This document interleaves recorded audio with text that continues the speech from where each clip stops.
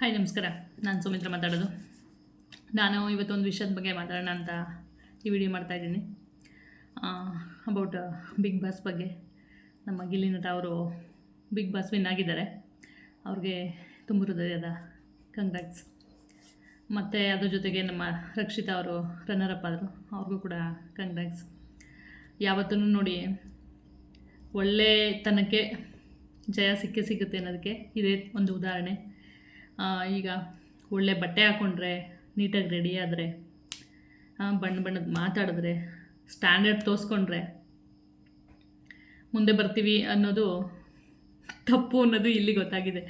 ಯಾವತ್ತೂ ನಾಟಕ ಮಾಡಿಕೊಂಡು ದಿಮಾಗ್ ತೋರಿಸ್ಕೊಂಡು ದುಡ್ಡಿನ ದುರಹಂಕಾರನ ತೋರಿಸಿದ್ರೆ ಏನಾಗಬೇಕೋ ಅದೇ ಆಗುತ್ತೆ ಅನ್ನೋದಕ್ಕೆ ಇದು ತಾಜಾ ಉದಾಹರಣೆ ಅಂತ ನಾನು ಅನ್ಕೋತೀನಿ.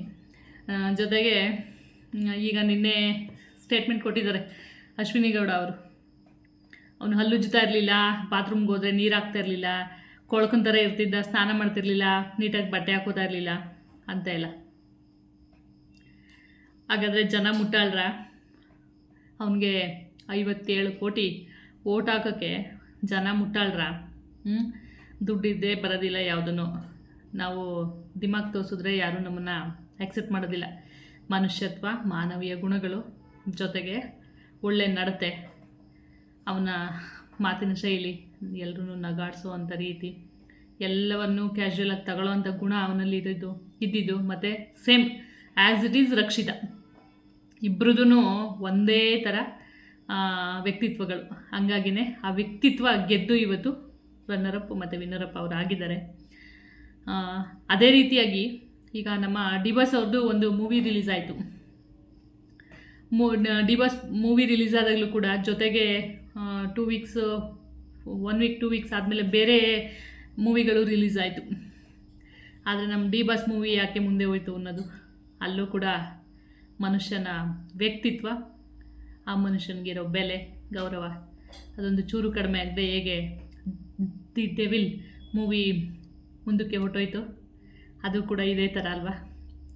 ಮನುಷ್ಯ ಇದನ್ನು ನೋಡಿ ಅರ್ಥ ಮಾಡ್ಕೋಬೇಕು ಏನು ಅಂತ. ನಮ್ಮ ಗಿಲ್ಲಿಯವ್ರ ಬಗ್ಗೆ ಅಶ್ವಿನಿ ಗೌಡ ಅವರು ಮಾಡಿದಂಥ ಎಲಿಗೇಷನ್ಸು ನಿಜವಾಗ್ಲೂ ತುಂಬ ಬೇಜಾರಾಯಿತು.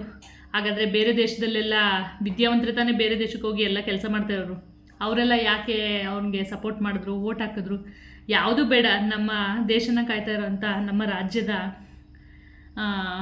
ಸೈನಿಕರು ಎಲ್ಲರೂ ಕೂಡ ಗಿಲ್ಲಿಗೆ ಸಪೋರ್ಟ್ ಮಾಡಿ ಅವರು ಓಟ್ ಹಾಕಿ ಅವ್ರ ಜೊತೆ ಇರೋರ ಹತ್ರನೂ ಓಟನ್ನು ಹಾಕಿಸಿ ಅವರ ಒಂದು ಖುಷಿ ಸಂತೋಷನ ವ್ಯಕ್ತಪಡಿಸಿದ್ದಾರೆ, ಅವರೊಂದು ಸಪೋರ್ಟನ್ನು ವ್ಯಕ್ತಪಡಿಸಿದ್ರು. ಇದಲ್ವಾ, ಇನ್ನೇನು ಬೇಕು ಮನುಷ್ಯನಿಗೆ?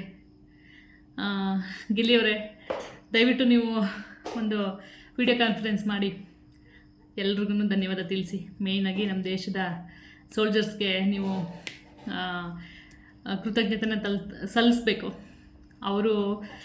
ಅವ್ರಿಗೆ ಅವರ ಸಮವಸ್ತ್ರದಲ್ಲೇ ಅವರು ಆ ವೀಡಿಯೋಸ್ನ ಮಾಡಿ ನಿಮಗೆ ಸಪೋರ್ಟ್ ಮಾಡಿದ್ದಾರೆ. ಫಸ್ಟು ನೀವು ಅವ್ರಿಗೇ ನಿಮ್ಮ ಧನ್ಯವಾದನ ಅರ್ಪಿಸ್ಬೇಕು. ಒಳ್ಳೆತನಕ್ಕೆ ಯಾವತ್ತಿದ್ರೂ ಗೆಲುವು, ಒಳ್ಳೆಯದು ಶತಸಿದ್ಧ ಅನ್ನೋದು ಈ ಒಂದು ಬಿಗ್ ಬಾಸ್ ಆಟದ ಮೂಲಕ ಸಾಬೀತಾಗಿದೆ.